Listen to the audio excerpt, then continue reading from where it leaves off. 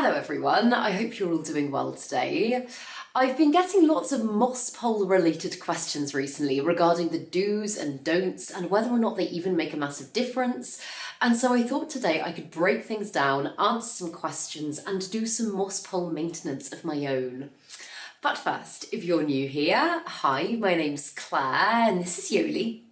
I make videos all about houseplant care, sharing tips and tricks I've learned over the years to help keep your plants happy and healthy. And yeah, I'm going to really take it back to basics and try and go through everything that you need to know. So yeah, I really hope you find it useful and I hope you enjoy it. Let's get into it.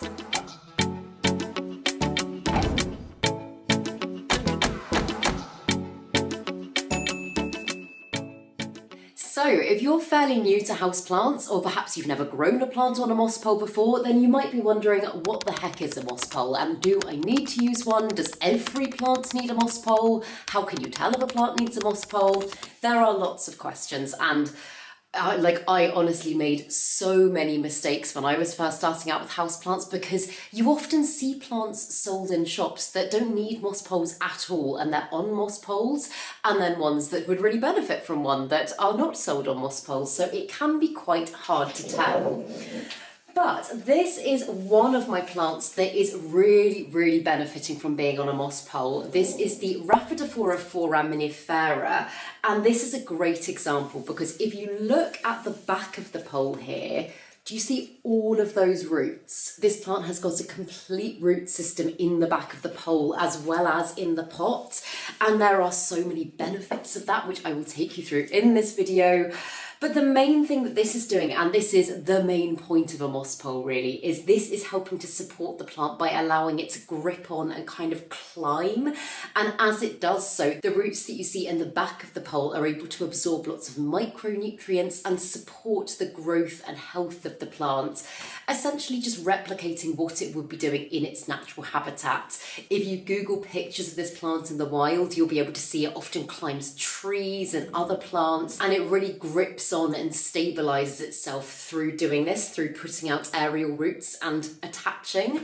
And so yeah, that is the primary reason that we often use moss poles for climbing plants.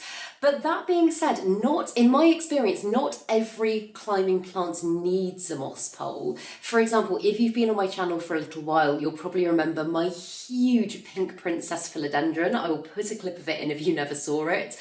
But that was at one point one of the biggest and grandest plants in my collection. And although towards the end of my time of owning that plant, before I decided to chop it up, that's a whole nother story. Although I was growing it on a moss pole at the end, I had not been growing it on a moss pole throughout my entire time of owning that plant. I got that plant as a one leaf cutting and I was able to get it to size up hugely through just having a bamboo stake holding it up. I think the main thing that was responsible for it getting to the size that it did was nutrients and light. So yeah, that's one that actually, although yes, it could benefit from being on a moss pole, it's not one that I would necessarily say has to be. I've got another philodendron here, in fact. This is the philodendron tortum, and my tortum is growing so well for me at the moment, and it would definitely benefit from a stake because as you can see, it's a little bit wobbly. But again, this is one that I personally wouldn't say needs to be on a moss pole. But again, going back to the Rehydration foraminifera, as I say, the root system that it's put out here, the chunkiness of these roots just goes to show how much it is benefiting. And the reason that I originally chose to get this plant onto a moss pole is because I could see those aerial roots really starting to kind of look for something to climb. In fact, at one point they started trying to grip onto the back of my sofa. So I was like, I think it's time for a moss pole. But you don't need to do it for every single climbing plant. In fact, I've got my Syngonium chiapense just here, and I have got this one on a moss pole, but I would personally say from my growing experience with this plant, although again, it can absolutely reap some benefits from being on a moss pole, I wouldn't say it needs to be. It doesn't have significant enough aerial roots for me to think, oh my goodness, that one needs to climb. I think it would probably be okay if I was to just stake it up. I did make the decision to do a moss pole just to kind of try and speed things up a little bit for this plant because it was growing quite slowly. So far, it hasn't made a massive difference, I've got to say. So yeah, I would say this is one that doesn't need it. Because obviously a massive part of using a moss pole is the fact that it does help to hold your plant upright and kind of strengthen it. Whereas if you don't put a moss pole or a stake or something like that in to support your plants, a lot of the time they can become very top heavy and end up snapping further down. So it's just to kind of reinforce them a little bit as well. But I think a really good example that a lot of us will know is a plant like the monstera dubia, for example. That is one that can grow really, really well on, I mean, classically a plank. That's often how you see it displayed. It really kind of accentuates the lovely foliage of the plant because it helps to keep it very flat. And it does start its early life as a shingling plant before it reaches its mature form. And I have grown that plant over the years, both on a plank and on a moss pole, and I can tell you hands down, that is a plant that wants to be on a moss pole. The aerial roots just go straight in and they beef up so quickly.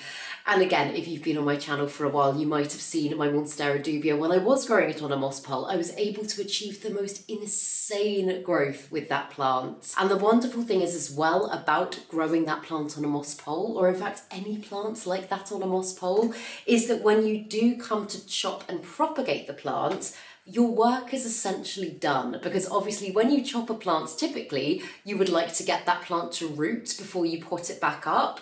But if you've used a moss pole in the right way, your work is essentially done. And in fact, if I wanted to chop this plant up right now, all I would need to do would be to just slice the moss pole straight across and I'd have a brand new rooted plant. It's what's often referred to as the chop and extend instead of chop and propagate. And I've done it for many plants and it has worked amazingly.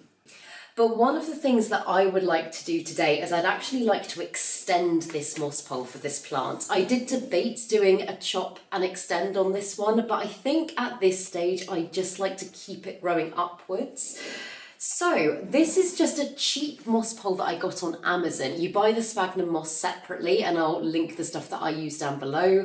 But this is just a cheap Amazon moss pole, but it's one that I really like. And I think choosing the right moss pole is something to very much think about, and something that if you've never done this before, you might not consider. Because when I first started out, I started making my own moss poles, and I was making round moss poles. And they do the job, they do absolutely work, but they are going to be so much work to keep hydrated, because the whole point of having a moss pole is to encourage the aerial roots to grip on.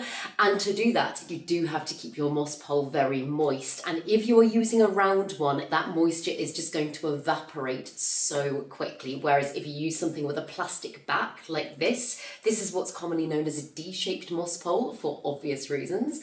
That is just going to contain so much more of the moisture and mean that you don't have to hydrate your moss poles as often. Again, it depends on the root system you've got in the back. This one is a water guzzler. But typically I hydrate my moss poles a couple of times a week. There are a couple of things that I do as well to extend this if I need to. For example, if I'm going away on holiday, the best possible thing you can do in order to make sure your moss pole doesn't dry out in the time that you're away is wrap it in cling film. And I know this doesn't look great, but it really serves the purpose. It really helps to keep that moisture in. I went away for about 2 weeks. When was it? A couple of years ago, and I wrapped loads of my moss poles in cling film and they were still lovely and hydrated when I got back. So if you want to just create a very low maintenance system year round, there's no reason you can't do that all the time if you want to.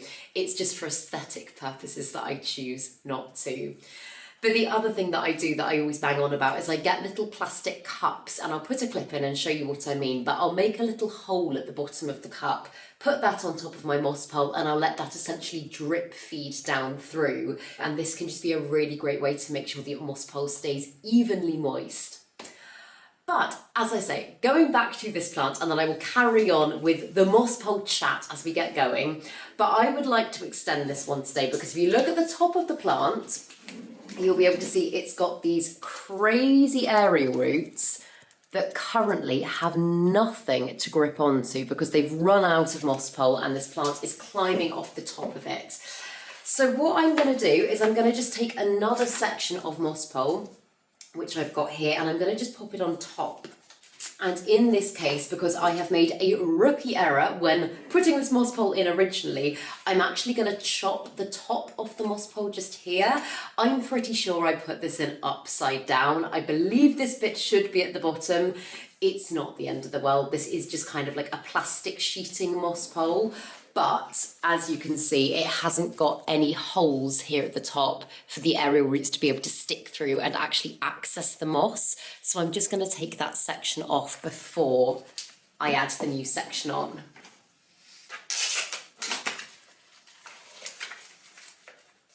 There you go. So I've just cut that off the top. And the section of moss pole that I've got here, I can see has actually snapped at the bottom, and I think that's probably because I moved house quite recently and things were not transported in the best way. There was a lot of stuff just shoved underneath other things. So actually, miraculously, it has broken in a fairly straight line, so I'm not too worried about that. But as I say, although I've done a lot of DIY moss pole making over the years, and I'll link some videos down below kind of showing you how you can do it yourself with things that either you've got around the house or you can find at your local hardware shops. But this is now my favourite way of doing it. I've got to say, these are cheap and cheerful moss poles, but they do the job. And I think often these things can be really overcomplicated, and you can get lots of these things, again, at garden centres and popping up online saying, this is a moss pole, and it's not a moss pole. It will be kind of some fancy looking stake or support. I'll put some pictures on the screen. We've all seen them. And although they can be really good at just reinforcing a plant and keeping it upright, they do not fall into the moss pole category. And the reason that people use sphagnum moss is just, again, because it really helps to replicate what this plant would kind of be gripping onto in its natural environment. Moss grows naturally attached to lots of other kind of bushes and shrubs. So as I said earlier in the video, ones like this that would naturally climb up that, this is very much replicating what it would be getting. You can get coir poles as well, things like cocoa coir. And although some people do opt for that, personally, again, I find them so difficult to maintain just because they don't hold moisture in the same way as something like sphagnum moss. And if you actually want to get your plant rooting into them, it will take you, oh my God, you'll be doing it every day. So I would never personally recommend that unless you are just wanting things to do to your plants all the time. That would never be my option. But so I've just folded along the line that was here. I was going to say as well, I will link these down in the description box below. But I've just folded along the line, and the good thing with this moss pole is that it does come with some holes ready kind of punched in it, because that's what you're going to use in order to attach the moss pole to the other section. And I have actually got another hole punch here just in case I want to make some more holes of my own. It doesn't really matter how you do this, but obviously you want it to be as secure as you possibly can make it. You might also want to reinforce it with some kind of bamboo cane, or I get these ones, they're like metal bamboo garden canes. I find them really good, and I don't know if I'm actually going to need them in this case, but I have them on standby just in case I do. So I'm just going to figure out roughly where I want my moss pole to attach. This one has already got some pretty insane aerial roots, so it might actually mean that I need to do a little bit of jiggery pokery and undo the top of the existing moss pole and just loosen some of the roots there so that I can feed them up into the new moss pole, just because otherwise I'm not sure I'm going to get a very good grip whilst attaching this one, if you see what I mean. Because at the moment I can't go down any lower than that because it's got a big old aerial root sitting in the way, and that's going to be very wobbly. So let's undo the top of this moss pole and have a look. Going to remove a little bit of the moss that's there.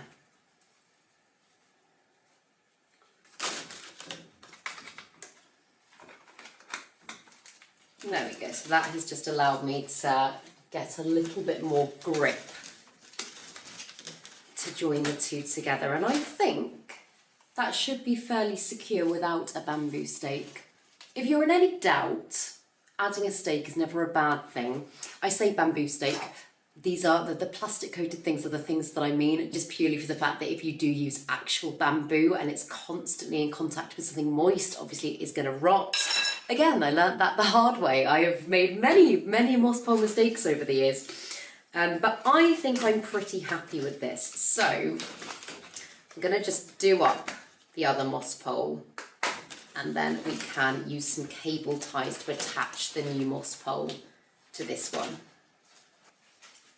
I've started trying to get very organised since I've moved house as well, and I've got little cases for everything, and this is my cable tie case. I don't know how long this organisation is going to last, probably not that long, but for now it feels great. So yeah, now I'm just going to thread the cable tie through both the new and the old moss pole, and that will just help to join them together and just mean that I've got a little bit of flexibility with what I'm doing. But one of the other common questions that I get a lot is whether or not you should always be keeping your moss pole wet, and if you do, how to make sure that you don't accidentally overwater your plant.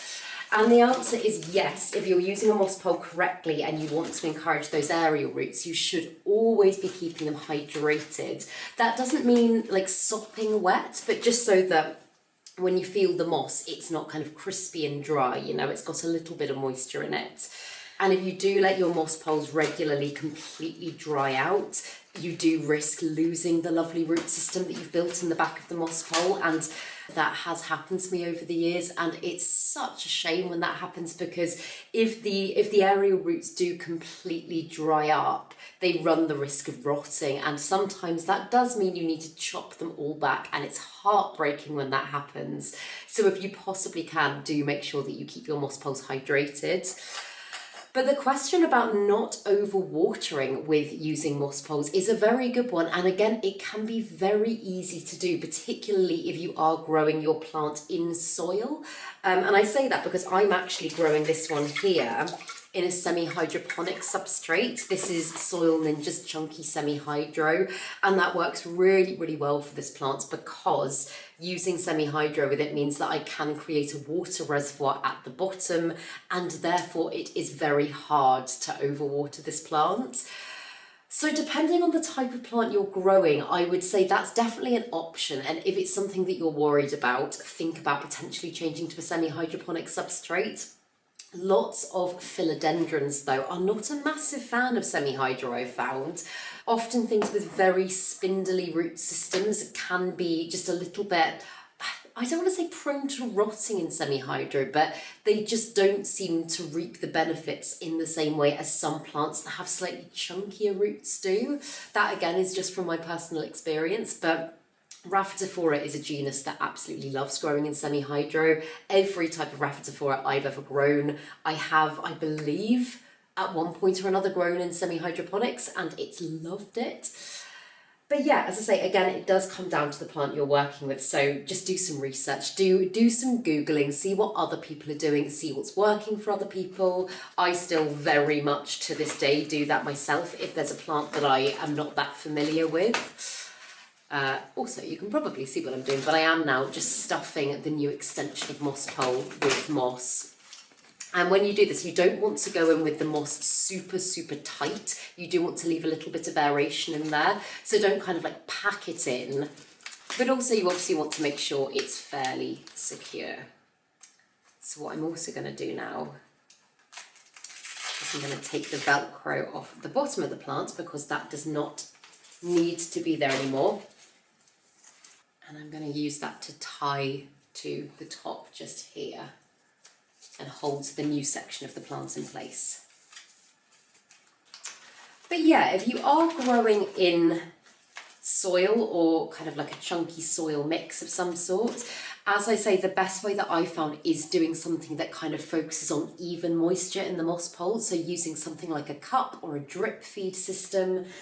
And also just monitoring the bottom of the moss pole. If the bottom is feeling very saturated and soggy, then I would think about maybe like changing out the way that you do water your moss poles, because the water should never just be collecting at the base, because then it is very prone to going into the pot, and then obviously that can lead to things like root rot. Also, when you're building your moss pole initially, just making sure that the moss itself doesn't go right down into the substrate. What I will usually do is I will stop filling with moss just before the substrate starts, whether that's semi-hydro, whether that's soil. I think just leaving that gap is really important, because moss stores and kind of hoards water, and it's going to really drench the bottom of the plant, and a lot of the time the plant isn't going to be able to absorb all of that moisture, and again that's going to lead to issues. So I think so long as you just carefully monitor it and change things up if you feel they need to be changed. I haven't really dealt with issues doing things that way. The only time I've dealt with issues is when firstly the sphagnum moss was actually down in the substrate, or I was watering very haphazardly and not really looking at how much I was giving the plant. It has taken a little bit of time to actually feel like I know the plants and their moss pole needs. And I think, to be honest, a lot of the time nowadays, and I know a lot of people in the plant community have been saying this, a lot of us are really downsizing our plants on moss poles, just purely for the fact that firstly, they take up a lot of space. They're obviously very big plants, or they kind of create very big plants. But also moss poles are just a bit of work to maintain. They're not the sort of thing that you can just go, oh, well, I'll come back to that in a few weeks' time, because if you do, the moss pole is not going to be doing the job that you've set it up to do, if that makes sense. So if you are looking for something really, really easy, maybe don't opt for a plant on a moss pole, or maybe look for climbing plants that can also do well when staked. That would be my advice. I think at one point as well, I had about 20 something plants on moss poles, and I all of a sudden just found myself completely overwhelmed, because the other thing that you do maybe not think about initially is the fact that moss poles can get pests. The most common one being fungus gnats. However, I have heard about people getting root mealybugs in their moss poles. Oh my goodness, root mealybugs in a moss pole sound awful. I'm very lucky that I've never experienced that, but it would be the case of getting all of the moss off the moss pole and essentially doing a complete pest treatment, and that can't be fun. But as I say, fungus gnats are the ones that commonly strike, just purely for the fact that fungus gnats breed in a wet environment, and because the whole point of a moss pole is to keep it nice and hydrated, they will seek those places out. They will lay eggs, and often if you see lots of little black flies flying around your house, they will be coming from your moss poles, or damp soil as well. And there's lots of ways that you can go about treating this. Mosquito bits are a way that lots of people use. They're very cheap to buy. They're very effective. Personally, I'm a nematodes gal. I absolutely love using nematodes just because they've got loads of microbial benefits for your plants as well. But yeah, both are a really good option.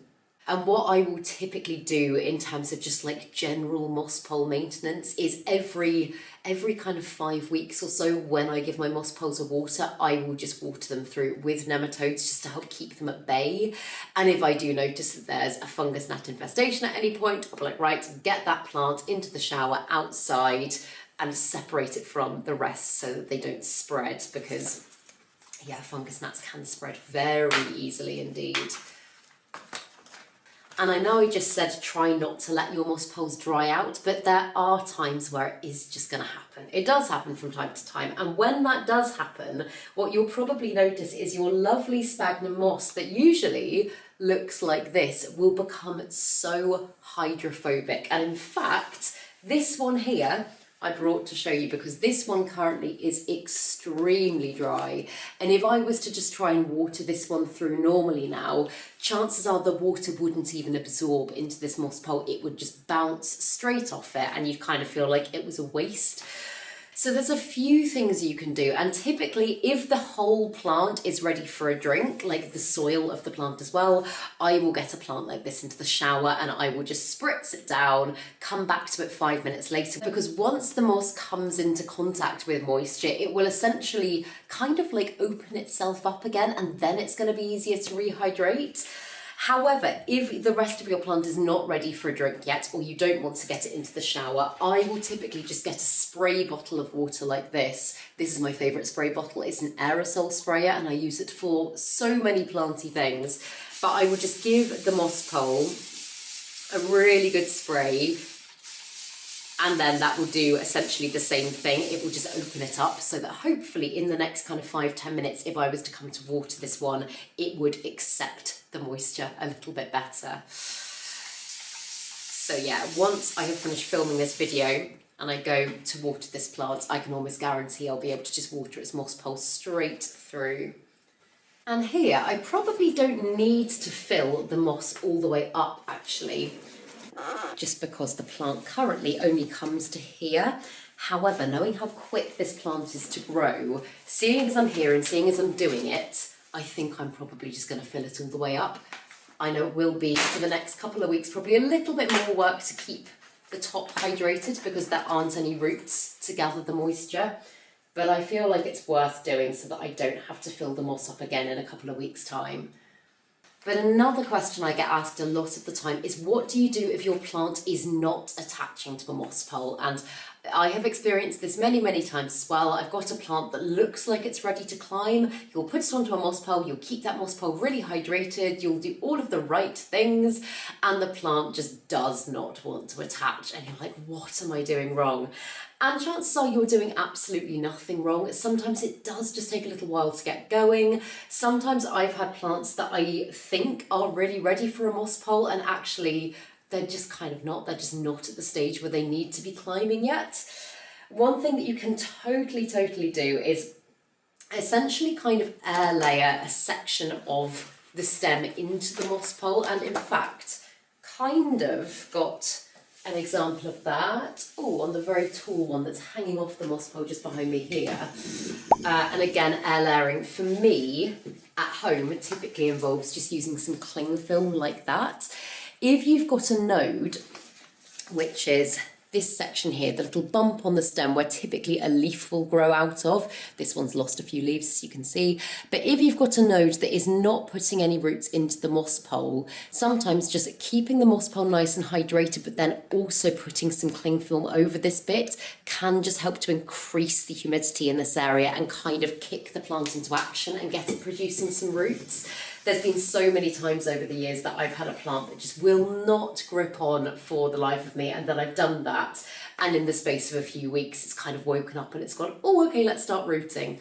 So yeah, that's the best thing that I have found. You can buy things online that you put over your moss poles and they're meant to do the same thing, but honestly cling film is the easiest way, and it's chances are something you've already got in your kitchen, so that is what I would recommend. And obviously when you've got a good root system in the moss pole as well, you can absolutely boost the nutrient intake of your plants by fertilising your moss pole. And I just do this with the exact same water and fertiliser that I mix up to just water my plants with normally. I'll just go round and I'll do my moss poles at the same time. And that's a really great thing to be able to do, because although sphagnum moss creates a really lovely texture and environment for your plants to be able to grip on and climb with, it doesn't actually have that many nutrients. In fact, I think bar a few micronutrients, it really doesn't provide much fertilisation at all. So adding in something can just help to keep your plant really happy. And as I say, just give them a little boost. Particularly at this time of year, here in the UK we're coming into growing season, and I find this is just a really great way to give my plants some more of what they need in order to keep them happy and growing healthily. And I always say it, but I think wherever we can, it's a great idea to try and just bring a little bit of what nature would be giving the plant into your home. I know sometimes that's not always the most practical thing, but I just think a moss pole is a really easy way of doing that, and it just allows you to really get the most out of your plant if it is one that's wanting to climb. Because yeah, I think this one now is going to be so much happier. The moss pole is a little bit wobbly, and I'm not too worried just because I do grow this one up against the wall just there, so it has got some support. But if I do extend its moss pole again, which I would have thought I probably would have to do in the next couple of months because this one is growing so quickly, if I do extend its moss pole again, I think I will probably either do a chop and extend like I already spoke about, and then just take a little section and start the plant again, or add in some kind of support to just strengthen that moss pole, because yeah, I think this will do it fine for the time being, but long term, I don't think it's the best way forward. But yeah, the extension I've done there is going to do this plant really well. Already it's sizing up so beautifully. And I feel like that is just really going to bring out the best in the plant now.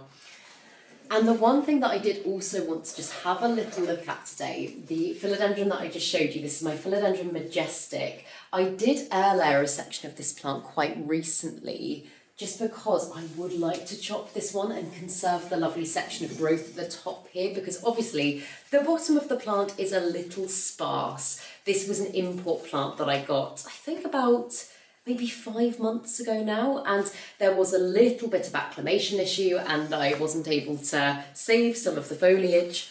But what I did is I air layered this top section here with cling film, so I'm hoping that should have encouraged some of the aerial roots to actually kind of kick in and start going. And maybe now it might be time to do the scary chop. Let's have a look and see how it's getting on.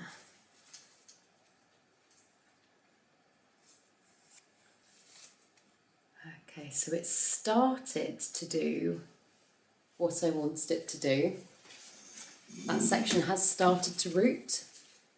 Can you see the little roots just there? However, I think I want to give this a little bit longer, just because it's going to be supporting such a big section of growth when I do chop it. So that's absolutely fine. I'm just going to put some more sphagnum moss in that area, wrap it back up, and I will come back to it in a couple of weeks' time. And hopefully then it will be ready for me to chop.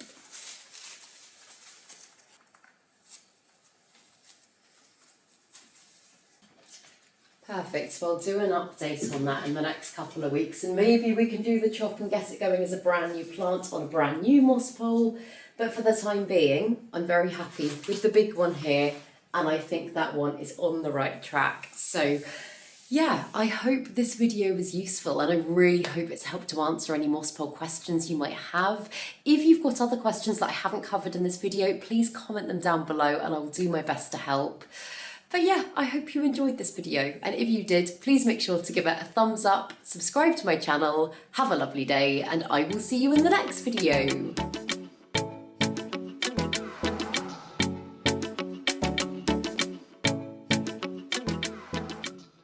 Stay sexy, plant lovers.